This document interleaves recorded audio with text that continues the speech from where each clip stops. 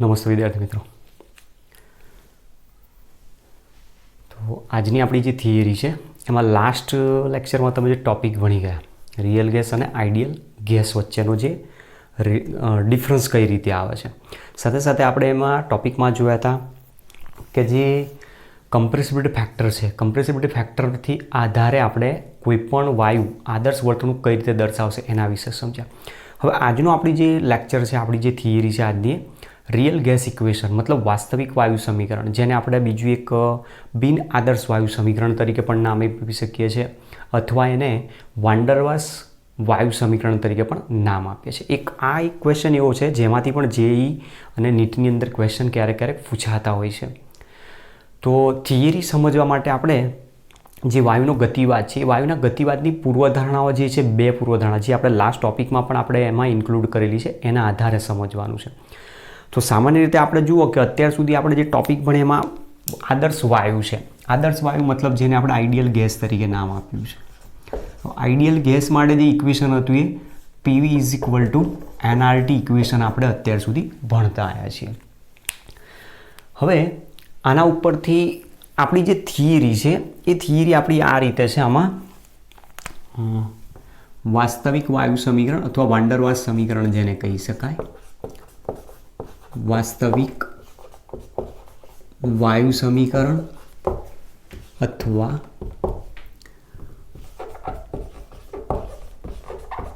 Van der Waals વાયુ સમીકરણ અથવા બિન આદર્શ વાયુ સમીકરણ કહી શકાય. બિન આદર્શ વાયુ સમીકરણ આપણી પાસે જે થિયરી છે એનું આ ટાઇટલ છે. તો આપણે જુઓ અત્યાર સુધી જે પણ ટોપિક ભણી ગયા બધા મોટાભાગના આઈડિયલ ગેસ વિશે ભણી ગયા. આઈડિયલ ગેસમાં આપણી પાસે PV = nRT છે. તો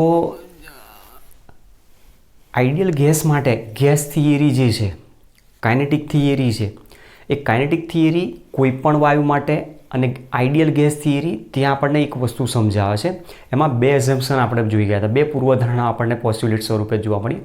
કાઇનેટિક થિયરીની જે બે પૂર્વધારણાઓ છે એમાંની એક પૂર્વધારણા એવું છે કે વાયુનું અણુઓનું કદ ખૂબ સૂક્ષ્મ છે, અવગણી શકાય તેટલું. અને કાઇનેટિક થિયરી બીજું પણ એ પણ કહે છે કે વાયુના અણુઓ વચ્ચે કોઈપણ પ્રકારનું ફોર્સ ઓફ એટ્રેક્શન જોવા મળતું નથી. આપણી પાસે જે આઈડિયલ ગેસ છે, આઈડિયલ ગેસ માટે આપણે બે એઝેપ્શન આવ્યા. એ આઈડિયલ ગેસ માટેના એઝેપ્શન આપણી પાસે આ જ રીતના જોવા મળે કે એમાં પહેલું જ કીધું હતું જે એઝેપ્શન, એની અંદર જે પૂર્વધારણા હતી આઈડિયલ ગેસ, આપણને એક પોઈન્ટ એ સમજાવે છે કે વાયુના અણુઓનું કદ અવગણી શકાય તેવું, અવગણી શકાય તેટલું હોય છે. મતલબ પોઈન્ટ માસ, જેના માટે આપણે છેલ્લે થિયરીમાં શબ્દ વાપર્યો હતો. હવે એની અંદર આપણે કઈ રીતે સમજાવ્યું હતું એ પણ જોઈ લઈએ. જુઓ, આપણી પાસે આ એક કન્ટેનર છે. કન્ટેનરની અંદર અહીંયા પોઈન્ટ માસ ધરાવતા આઈડિયલ ગેસના મોલેક્યુલ છે. હવે આ આઈડિયલ ગેસના મોલેક્યુલમાં આપણે જોયું કે એમાં કોઈપણ પ્રકારનું ફોર્સ ઓફ એટ્રેક્શન જોવા મળતું નથી, જેના કારણે એ અણુઓ આખા સમગ્ર કન્ટેનરની અંદર ફ્રીલી મૂવમેન્ટ કરી શકે છે. હવે આ જ વાયુઓના અણુઓને જ્યારે એકઠા કરીને કોઈ એક જગ્યાએ જો લઈ લેવામાં આવે તો એની અંદર આ રીતનું કદ ચોક્કસ દર્શાવતો હોય. અને એ જે કદ છે એ કદ એકદમ સૂક્ષ્મ કદ છે. કોની સાપેક્ષમાં? કન્ટેનરના કુલ કદની સાપેક્ષમાં. તો એને અવગણી શકાય એટલું છે એવું આપણે કીધું છે આ પૂર્વધારણાની અંદર. હવે આના ઉપરથી તમે જોઈ શકો છો કે વાયુનું કદ કોને કહી શકાય. આપણે જે અહીંયા એકચ્યુઅલી PV = nRT માં V લઈએ છીએ શું છે? વોલ્યુમ ઓફ ગેસ, મતલબ વાયુનું કદ છે. વાયુનું કદ કોને કહી શકાય? તો વાયુ જેટલા વિસ્તારમાં મૂવમેન્ટ કરી શકે છે, ફ્રીલી જ્યાં ફરી શકે છે, એ વાયુનું કદ કહી શકાતું હોય. હવે એ જ વાયુનું કદ એટલે આપણે અત્યાર સુધી દાખલામાં શેના તરીકે લીધું છે? વોલ્યુમ ઓફ કન્ટેનર, મતલબ નળાકારનું કદ તરીકે, પાત્રના કદ તરીકે આપણે લીધું છે. તો એકચ્યુઅલી આપણે અહીંયા જોઈએ છીએ મુજબ કે વાયુનું કદ બરાબર આપણે શું લઈએ છીએ? તો પાત્રનું કદ લઈએ છીએ. પાત્રનું એ કદ લઈએ છીએ કે જેમાં વાયુના અણુઓ ફ્રીલી મૂવમેન્ટ કરી શકે છે. એ કદની અહીંયા વાત કરેલી છે, જે આપણે PV = nRT માં રાખીએ છીએ. હવે આની અંદર તમે જોઈ શકો છો કે વાયુના અણુનું કદ એકદમ નિગ્લિજિબલ છે એવું કહે છે. પણ જ્યારે રિયલ ગેસની જ્યારે વાત કરી હતી આપણે વાસ્તવિક વાયુ માટે, તો રિયલ ગેસમાં તો આપણે કિસ્સો એક જોયો કે એમાં તો જે એના પાર્ટિકલ્સ છે, પાર્ટિકલ્સ કેવા કીધા છે? એકદમ રિજિડ પાર્ટિકલ લીધા છે, રિજિડ સ્ફિયર સ્વરૂપે દર્શાવેલા છે પાર્ટિકલ્સ. અને આ રિજિડ સ્ફિયર તરીકે હોવાના કારણે એના અણુઓનું કદ મોટું છે અને એ જ્યારે અહીંયા એકઠા કરી લેવામાં આવે તો તમે જોઈ શકો છો, જુઓ, જ્યારે એના અણુઓને એકઠા કરવામાં આવે તો એ ખૂબ મોટું કદ ધરાવતું જોવા મળે છે, જે કદ આની સાપેક્ષ કરતાં ઘણું વધુ કહી શકાય. હવે આનું કદ મોટું હોવાના કારણે કન્ટેનરના કુલ કદની સાપેક્ષમાં તમે એને ઇગ્નોર કરી શકતા નથી. તો વાસ્તવિક વાયુ એવું કહે છે કે વાયુના અણુઓનું ચોક્કસ કદ છે, ચોક્કસ કદ ધરાવે છે. જ્યારે આદર્શ વાયુ માટેની થિયરી શું કહે છે કે વાયુના અણુ કોઈપણ પ્રકારનું કદ ધરાવતા નથી, સૂક્ષ્મ છે, એટલે એને ઇગ્નોર કરી શકાય. તો અહીંયા વાન ડર વાલ્સે આ વસ્તુને પણ સમજવાનો પ્રયત્ન કર્યો કે અહીંયા એવું કહેવા માગે છે કે આ માત્ર ને માત્ર આદર્શ વાયુ માટે લાગુ પાડી શકાય, પણ જો કોઈક એના સિવાયના વાયુ, વાસ્તવિક વાયુ, જેને આપણે કહીએ કે વાસ્તવિક વાયુ એટલે રિયલ ગેસ, જે આપણી આજુબાજુ રિયલમાં અસ્તિત્વ ધરાવે છે, અને રિયલ ગેસ કહેવાય. રિયલ ગેસ તરીકે ક્લોરીન વાયુ છે, નાઇટ્રોજન વાયુ છે, મિથેન વાયુ છે, પછી એ જ પ્રમાણે ડાયહાઇડ્રોજન છે, ઓક્સિજન છે, એ બધા શું છે? રિયલ ગેસ છે. હવે એ રિયલ ગેસ માટે જો આ ઇક્વેશન યુઝ કરવું હોય તો એ ત્યાં પૂરેપૂરું સાચું પડતું નથી. મતલબ એ દરમિયાન તેના કદ પૂરું જે મળવું જોઈએ વાયુની કદ, એકચ્યુઅલી વાયુનું કદ મળતું નથી, કારણ કે વાયુના અણુનું કદ અહીંયા નિગ્લિજિબલ હોવાથી એને ઇગ્નોર કરી દેવામાં.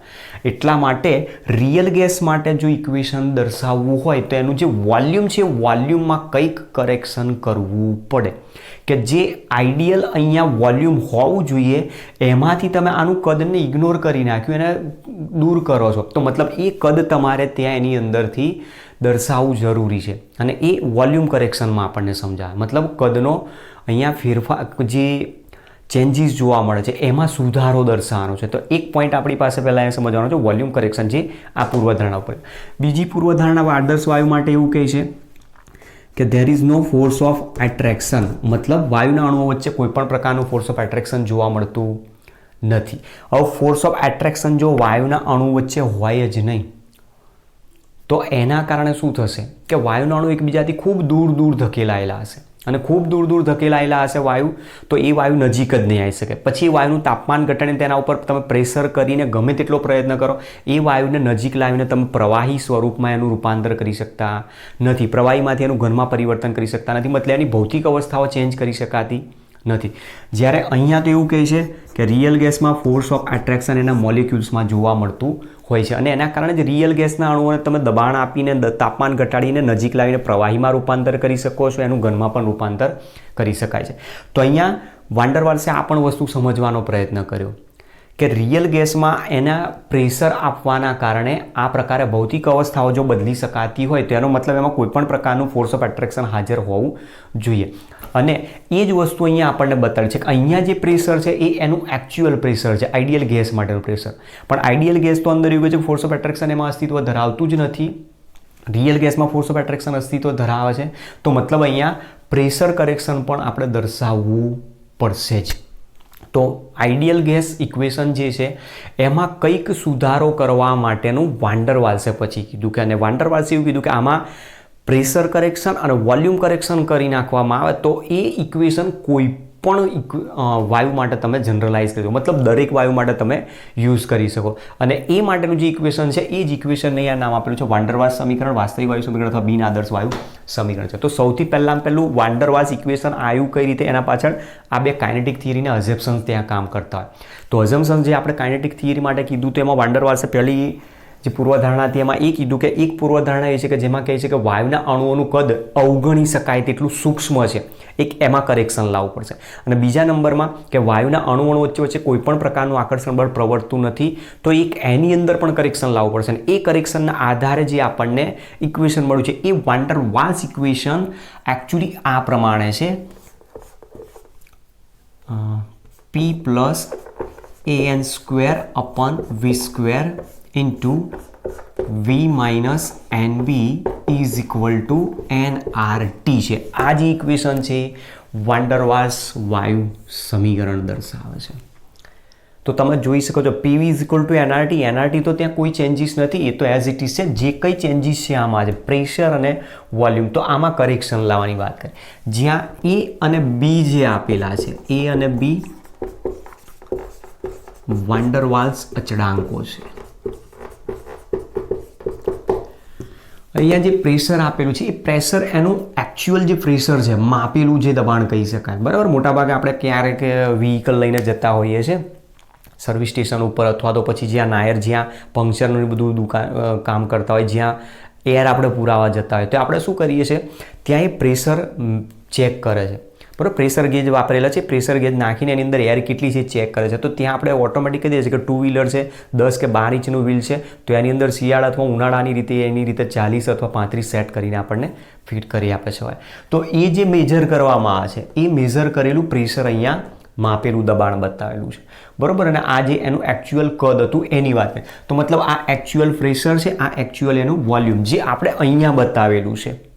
PV = nRTમાં અહીંયા જે P છે એ એકચ્યુઅલ પ્રેશર છે, V છે એનું એકચ્યુઅલ વોલ્યુમ દર્શાવે. અને આમાં આપણે કરેક્શન કરવામાં આવે તો PI VI = nRT સ્વરૂપે મારે જો દર્શાવવું હોય તો હું દર્શાવી શકું. જેમાં કરેક્શન મારે બતાવવાનું છે PIની અંદર, VIની અંદર કરેક્શન દર્શાવવાની વાત કરી છે. તો હવે આપણે આ સમજવાનું છે કે આની અંદર એકચ્યુઅલી કઈ રીતે આવે છે. તો સૌથી પહેલાં આપણે શું કરવું પડશે? વોલ્યુમ કરેક્શન પૂર્વધારણા પરથી આપવાનું, ત્યાર પછી પ્રેશર કરેક્શન આપણે દર્શાવવાનું છે. ચલો સમજ. ચલો તો પહેલો પોઈન્ટ છે આપણી પાસે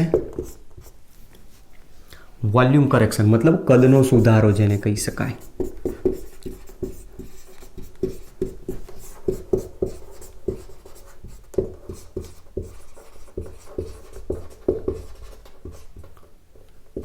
પહેલો આપણી પાસે આ પોઈન્ટ સમજાવો, વોલ્યુમ કરેક્શન કઈ રીતે દર્શાવે છે. તો આપણે અહીંયા કીધું એ મુજબ કે રિયલ ગેસ જ્યારે આપેલો હોય તો રિયલ ગેસના જે અણુઓ છે એ એકદમ રિજિડ સ્ફિયર સ્વરૂપે છે. જ્યારે આપણી પાસે આઈડિયલ ગેસ આપેલું હોય તો આઈડિયલ ગેસ જે બતાવ્યું છે, આઈડિયલ ગેસના અણુઓ એકદમ સૂક્ષ્મ પાર્ટિકલ છે, પોઈન્ટ માસ દર્શાવે છે. હવે એની અંદર આપણે કીધું કે જો આ આઈડિયલ ગેસના અણુઓને કોઈક પાત્રની અંદર એકઠા કરવામાં આવે, કોઈક પાત્રમાં જો ભેગા કરવામાં આવે તો એ કોઈ એક ખૂણામાં જો એને ભેગા કરી દેવામાં તો એનું કદ એટલું સૂક્ષ્મ હોય છે કે જે કદ એ જેટલા પણ એરિયામાં પોતે ફરી શકે છે ફ્રીલી, એ એનું કન્ટેનરનું જે કદ છે એના કદની સાપેક્ષમાં બહુ જ અવગણી શકાય એટલું કહી શકાય છે. જ્યારે એ જ વસ્તુ જ્યારે આપણે આને લાગુ પાડીએ છીએ તો રિયલ ગેસના અણુઓની સાઇઝ મોટી હોવાના કારણે એ અણુઓને જ્યારે ગોઠવી દેવામાં આવે આ રીતે તો એનું કદ ખૂબ જ મોટું હોય છે, જેને તમે ઇગ્નોર કરી શકતા નથી. મતલબ અહીંયા આઈડિયલ ગેસ માટે જે ઇક્વેશન આપણે PV = nRT લીધું છે એમાં વોલ્યુમ કરેક્શન જો મારે લાવવું હોય તો વોલ્યુમ જે બતાવ્યું છે ગેસનું વોલ્યુમ આપણે ત્યાં યુઝ કરીએ છીએ. તો ગેસ માટેનું જે એકચ્યુઅલ વોલ્યુમ જેને કહી શકાય, મતલબ વાયુનું ખરું કદ, જેના માટે આપણે શબ્દ વાપરીએ છીએ, વાયુનું ખરું કદ જે V છે એ V કદ આપણે અહીંયા શું બતાવેલું છે કે જે વાયુનું ખરું કદ છે એકચ્યુઅલી આપણે અહીંયા કન્ટેનરનું કદ કહીએ છીએ, પાત્રનું કદ કહીએ છીએ. અને એ પાત્રના કદમાંથી તમે આટલું ઇગ્નોર કરી નાખ્યું છે તો એમાં કરેક્શન લાવવાની જરૂર પડી. અને એટલા માટે અહીંયા હું દર્શાવી શકું છું કે actual volume of gas V = volume of container, મતલબ પાત્રનું કદ ઓછા વોલ્યુમ ઓફ મોલેક્યુલ, મતલબ અણુનું કદ જેને કહી શકાય. તો અણુનું પણ પોતાનું કોઈ ચોક્કસ કદ છે જેને આપણે અહીંયા ઇગ્નોર કરી નાખેલું છે, અને પાત્રનું ચોક્કસ કદ છે જે ઓવરઓલ એકચ્યુઅલ વાયુ એની અંદર જે ફ્રીલી મૂવમેન્ટ કરી શકે છે એ કદ છે એના આધારે. તો આના આધારે જો સમજવાનો પ્રયત્ન કરીએ તો V = પાત્રનું કદ માઇનસ અહીંયા B તરીકે આપણે બતાવેલું છે. અને આ જે B દર્શાવ્યું છે એ શું છે? એક્સક્લુડેડ વોલ્યુમ, જેના માટે શબ્દ વપરાય છે.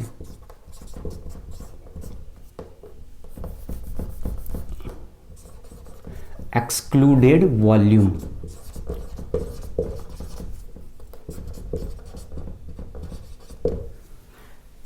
જે તમે અહીંયા બાદ કરેલું છે કે જે ખરેખર કદ હોવું જોઈએ એ એક્સક્લુડેડ વોલ્યુમ અહીંયા આપણે સમજાવેલું છે. હવે આ જે આપણી પાસે ઇક્વેશન આપ્યું છે એ V = V કન્ટેનરનું કદ માઇનસ B છે.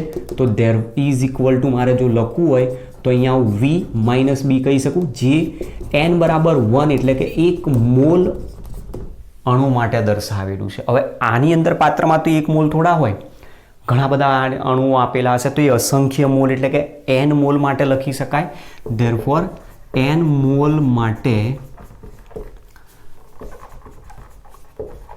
વાયુનું કદ બરાબર V માઇનસ NB તરીકે મારે દર્શાવવું હોય તો હું દર્શાવી શકું છું. હવે ક્વેશ્ચન આપણો અહીંયાથી આવે છે કે બી જે કીધો છે એ બી વાન ડર વાલ્સ અચળાંક છે, તો બીનું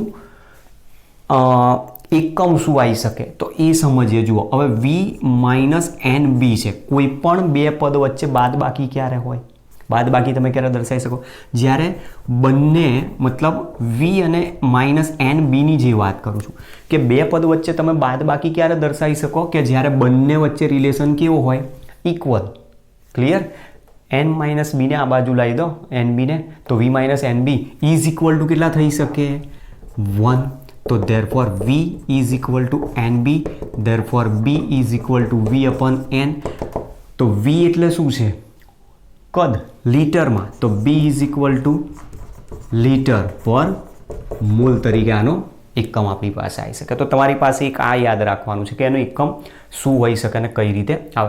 તો આપણી પાસે જે ઇક્વેશન છે એ ઇક્વેશનમાં વોલ્યુમ કરેક્શન માટે જે એકચ્યુઅલ કદ હોવું જોઈએ એ એકચ્યુઅલ કદ આપણે અહીંયા વાયુનું કદ કેટલું લેવાનું? V માઇનસ NB સ્વરૂપે દર્શાવવાનું. તો PV is equal to NRT સમીકરણ જે આપણું આપેલું છે, PV is equal to NRT, જ્યાં V બરાબર શું બતાવવાના છે? V માઇનસ NB લેવાના છે. તો આ વોલ્યુમ કરેક્શનની આપણી પાસે વાત થઈ. ચલો હવે આના પછી જોઈએ આપણે પ્રેશર કરેક્શન. તો પૂર્વધારણા જે બીજી બતાવી હતી એમાં કે ફોર્સ ઓફ એટ્રેક્શન ત્યાં કોઈ પણ પ્રકારનું અસ્તિત્વ ધરાવતું નથી. તો ફોર્સ ઓફ એટ્રેક્શન જો અસ્તિત્વ ધરાવતું ન હોય તો એને તમે વાયુમાંથી પ્રવાહીમાંથી ઘનમાં પરિવર્તિત જ ના કરી શકો.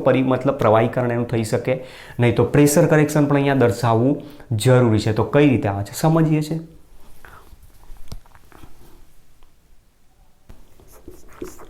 બીજો પોઈન્ટ છે દબાણમાં સુધારો, મતલબ પ્રેશર કરેક્શન જેને આપણે કહી શકીએ છીએ. હવે પ્રેશર કરેક્શનમાં કઈ રીતે આવે છે શબ્દ સમજો કે આઈડિયલ ગેસ એવું કહે છે કે એમાં કોઈ પણ પ્રકારનું અણુ વચ્ચે આકર્ષણ બળ લાગતું નથી. હવે સપોઝ માની લો કે આપણી પાસે એક આ કન્ટેનર છે, પાત્ર મતલબ છે. એ પાત્રની અંદર અહીંયા મેં કોઈ એક અણુ એ સ્વરૂપે દર્શાવેલું છે. હવે એ અણુ શું કરે છે? ફરતો મુવમેન્ટ કરતો દિવાલ તરફ અથડાવવા પ્રયત્ન કરે. ત્યારે આ અણુની આજુબાજુ અહીંયા આ પ્રકારે અણુઓ ગોઠવાયેલા હોય. સમજો સૌથી પહેલાં એક આકૃતિ પરથી પહેલાં એક સમજાવવાનો પ્રયત્ન કરું. પહેલાં એ પોઈન્ટ સમજીએ. જુઓ કે આપણી પાસે આ પાત્ર છે, આકૃતિ થોડી મોટી કરી એટલે તમને ખ્યાલ આવી જશે. આ એક પાત્ર છે. એ પાત્રની અંદર સપોઝ માની લો કે અહીંયા સેન્ટરમાં અણુ આપેલો છે, તો એ અણુની આજુબાજુ આ રીતના અણુઓ ગોઠવાયેલા હોય બધી દિશાઓમાં ચોક્કસ અંતરે.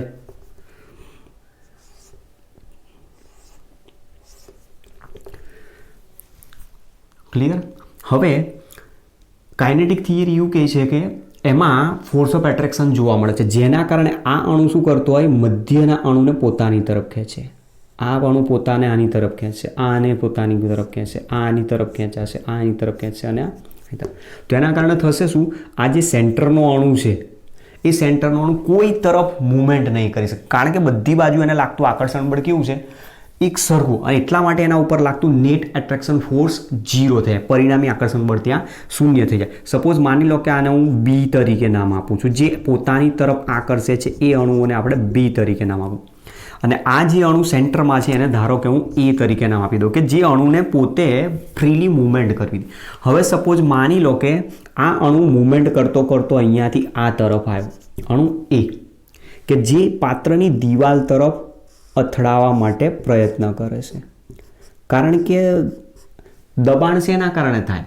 દબાણ ક્યારે ઉત્પન્ન થાય? કે જ્યારે વાયુના અણુ પાત્રની દિવાલ ઉપર અથડાય, અથડામણ થાય, કોલિઝન થાય તો જ દબાણ ઉત્પન્ન થાય. બાકી એ સિવાય દબાણ ઉત્પન્ન થાય નહીં. હવે આ અણુ ધારો કે ગતિ કરતો પાત્રની દિવાલ તરફ જાય, તો પાત્રની દિવાલ બાજુ જે ગતિ કરતો અણુ છે એને પણ પોતાની તરફ ખેંચવા માટે પાછળ પણ કેટલાક અણુઓ તો હશે જ, જેને આપણે અહીંયા બતાવીએ છીએ B સ્વરૂપે. તો આ અણુ શું કરે છે? પાત્ર એ દિવાલ તરફ જે અણુ અથડાવા પ્રયત્ન કરે એને પોતાની તરફ ખેંચે છે, આ બી પોતાની તરફ એને ખેંચવા, આ પણ એને પોતાની તરફ ખેંચવાનો પ્રયત્ન, જેના કારણે થશે શું કે જેટલા બળથી જેટલા વેગથી mv બરોબર અથડાય એટલે mv અને પાછો અથડાઈને પાછો આવે તો એ માઇનસ mv. મતલબ અહીંયા કહેવા માગું છું કે જો અણુ વચ્ચે કોઈ પણ પ્રકારનું આકર્ષણ બળ લાગતું ન હોત તો પાત્રની દિવાલ સાથે mv થી મતલબ કે વેગથી કોઈ પણ અણુ v વેગથી અથડાશે અને ત્યાર પછી માઇનસ v વેગથી પાછો રિટર્ન આવશે, એવું કહી શકીએ આપણે, માઇનસ mv થી પાછો આવે. પણ અહીંયા તો કાઇનેટિક થિયરી એવું કહે છે કે એની ઉપર એક પ્રકારનું આકર્ષણ બળ લાગે છે, તો એ આકર્ષણ બળ લાગે ત્યારે પાત્રની દિવાલ સાથે જ્યારે અણુ અથડાવવાનો પ્રયત્ન કરે તો પાછળથી એને બીજા કેટલા ખેંચવાનો પ્રયત્ન કરે, તો જેટલું દબાણ અથવા જેટલા બળ જેટલા વેગથી અણુ પાત્રની દિવાલ સાથે અથડાવવાનો પ્રયત્ન કરતો હશે ત્યારે એને પોતાની તરફ પાછળથી ખેંચે છે કોઈક, એટલે જેટલી વેગથી એ જવાનો પ્રયત્ન કરશે એટલા વેગથી જઈ શકશે નહીં. તો મતલબ અથડાવવા માટે જેટલું બળ ત્યાં ઉત્પન્ન કરશે એ બળ ત્યાં ઉત્પન્ન કરી શકશે ને એના કરતાં ઓછું થઈ જશે. મતલબ કે એના દ્વારા જેટલું પાત્રની દિવાલ ઉપર દબાણ ઉત્પન્ન થતું હશે એના કરતાં દબાણ ઓછું થઈ જશે અહીંયા. તો દબાણ એકચ્યુઅલી જે હોવું જોઈએ એના કરતાં ઓછું આવશે, તમારે અહીંયા બહારથી કોઈ દબાણને અહીંયા દર્શાવવું પડશે. મતલબ અહીંયા શું કહેવા માંગે છે સમજો કે આપણી પાસે સપોઝ માની લો કે આ એક પાત્રની દિવાલ હતી, એ પાત્રની દિવાલ તરફ અહીંયા અણુ ગતિ કરીને અથડાવવાનો પ્રયત્ન કરતો હતો. તો મેં કહ્યું મુજબ કે mv થી અથડાય છે અને માઇનસ mv થી એ રિટર્ન પાછો આવે છે. એના ઉપર ધારો કે કોઈ નેટ એટ્રેક્શન ફોર્સ છે નહીં, તો આનું જે રિયલ પ્રેશર હોવું જોઈએ, એકચ્યુઅલ પ્રેશર, એ જેને આપણે શેના વડે બતાવેલું છે p તરીકે, p = nRT માં. હવે આપણે તો અહીંયા કહીએ છીએ કે એની પાછળ અહીંયા અણુઓ છે જે એને પોતાની તરફ ખેંચે છે. હવે ખેંચે છે એટલે જે પ્રેશર એકચ્યુઅલ હોવું જોઈએ એ પ્રેશર ત્યાં મળતું નથી. તો એ દરમિયાન જે એકચ્યુઅલ પ્રેશર છે એ અહીંયા એક પ્રકારે એક્સટર્નલ પ્રેશર અને આ અણુઓ જે પોતાની તરફ એને ખેંચવાનો પ્રયત્ન કરે છે એના દ્વારા ઉદ્ભવતા ઇન્ટરનલ પ્રેશર ઉપર આધાર રાખે છે કહી શકાય. તો આના આધારે હું કહી શકું કે જે દબાણ ખરું p છે એ ખરું p દબાણ શેના ઉપર ડિપેન્ડેડ છે કે આપણી પાસે જે પ્રેશર હતું એમાં તમારે કેટલુંક ઇન્ટરનલ પ્રેશર જો તમે એડ કરશો તો જ એ ટોટલ પ્રેશર એના ઉપરથી મળી શકશે. તો આપણે અહીંયા વોલ્યુમ હતું તો વોલ્યુમની અંદર શું થાય છે માઇનસ થાય છે અને આ પ્રેશર અહીંયા ઘટે છે, એટલે પ્રેશરમાં શું કરવું પડશે તમારે એકચ્યુઅલ પ્રેશર સુધી લઈ જવા માટે એમાં કોઈક પ્રેશર એડ કરવું છે. એ પ્રેશર કયું તો આ બી દ્વારા દર્શાવાતું જે પ્રેશર હશે એ પ્રેશર તમારે એડ કરવું પડે એવું કહી શકાય. હવે આના પરથી સમજવાનો પ્રયત્ન કરીએ કે પી ઇન્ટરનલ મતલબ ઇન્ટરનલ પ્રેશર કઈ રીતે મળી શકે. તો સપોઝ માની લો કે વાયુ એની સાંદ્રતા અથવા તો પછી અહીંયા લઉં છું વાયુના અણુ એની સાંદ્રતા.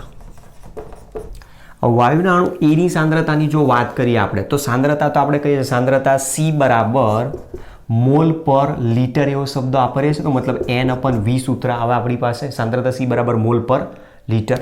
હવે વસ્તુ એ સમજો કે અહીંયા વાયુ એનો અણુ જે ઘટક એ બતાવ્યો છે એ ઘટક એ અહીંયા અથડાય છે, તો સામે બી છે, બી પોતે ફ્રીલી મૂવમેન્ટ કરે છે, ગમે ત્યારે એ પણ પાત્ર નીચેની દિવાલ પર પણ અથડાઈ શકે, ઉપરની દિવાલ પર અથડાઈ શકે. જે અથડાય છે એને આપણે એ તરીકે કીધું, જે પોતાની તરફ ખેંચે છે એને આપણે બી તરીકે નામ આપ્યું. તો પહેલાં માની લો કે એ અથડાય છે, તો એ અથડાઈને જ્યારે રીબાઉન્ડ થઈને આમ જશે ત્યારે એની જગ્યાએ બી પણ આવશે, તો પછી બી પોતે ત્યાં એ બની જશે અને જે એ હતો એ પાછો બી બની જશે. મતલબ અહીંયા જે સાંદ્રતાની વાત કરી છે આપણી પાસે એની સાંદ્રતા જો મારે બતાવી હોય તો હું N/V તરીકે બતાવી શકું. એ જ પ્રમાણે વાયુના અણુ બીની સાંદ્રતા જો મારે દર્શાવવી હોય તો એ સાંદ્રતા પણ N/V તરીકે દર્શાવી શકું છું. તો મતલબ અહીંયા પાત્રની દિવાલ ઉપર જે દબાણ ઉત્પન્ન કરે છે એના અણુ અથડાય છે એના દ્વારા પણ થાય છે, બીના અણુ પછી પાછા એ બનીને આવશે અને અથડાશે ત્યારે એના દ્વારા પણ ઉત્પન્ન થતા હોય.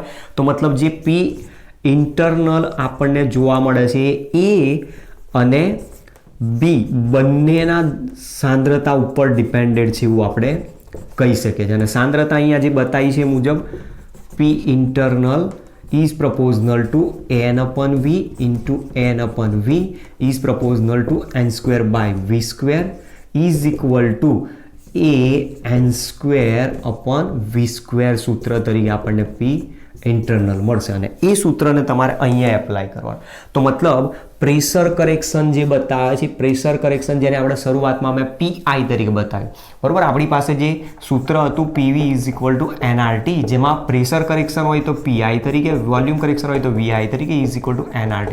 તો વોલ્યુમ કરેક્શન VI આપણને V - NB સૂત્ર મળ્યું છે. તો પ્રેશર કરેક્શનની જો વાત કરીએ તો pressure correction PI = P plus P internal મતલબ AN²/V² સૂત્ર આપણને મળે છે. અને આના આધારે PV = nRT સૂત્રમાં જો આ સૂત્રમાં કિંમત મૂકીએ, ધેરફોર PI VI = nRT, તો બંનેની જો કિંમત મૂકી દેવામાં આવે તો P plus AN²/V² into V minus NB = nRT સૂત્ર મળે, જે સૂત્ર વાન ડર વાલ્સ ઇક્વેશન તરીકે ઓળખાય છે, બિન આદર્શ વાયુ સમીકરણ તરીકે ઓળખાય છે અથવા વાસ્તવિક વાયુ સમીકરણ તરીકે ઓળખાય, જેમાં આદર્શ વાયુ સમીકરણમાં જે વોલ્યુમ પ્રેશરનો પ્રોબ્લેમ થતો હતો એ કરેક્શન કરીને અહીંયા દૂર કરી દેવાનું. એટલે આ ઇક્વેશન તમે કોઈ પણ વાયુ માટે જનરલાઇઝ કરી શકો, એ પછી આદર્શ હોય કે આદર્શ ન હોય. અને એટલા માટે વાન ડર વાલ્સે આ શોધેલું હોવાથી જેને વાન ડર વાલ્સ ઇક્વેશન તરીકે ઓળખવામાં, જેમાં A અને B અચળાંકો છે. P અહીંયા actual pressure, V actual volume. અહીંયા જે V આપેલું છે આપણને એ કયું છે, પાત્રનું કદ દર્શાવેલું છે, બરાબર. પછી અહીંયા આપણી પાસે N જે આપ્યા છે મોલ છે, મતલબ આ જે ઇક્વેશન છે N મોલ વાયુ માટેનું વાન ડર વાલ્સ સમીકરણ છે. કારણ કે આના ઉપરથી ઘણીવાર ક્વેશ્ચન એવો પણ પૂછાય, 1 મોલ વાયુ માટે વાન ડર વાલ્સ ઇક્વેશન શું થાય, 5 મોલ વાયુ માટે વાન ડર વાલ્સ ઇક્વેશન શું થાય. તો જ્યારે મોલ માટે તમને માંગ્યું હોય તો અહીંયા n ની વેલ્યુ તમે મૂકી દો, 1 મોલ માટે કહેતા n = 1 મૂકી દો અહીંયા, તો સૂત્ર મળશે P + A/V², V - B = RT સૂત્ર તરીકે આપણને મળી શકે છે.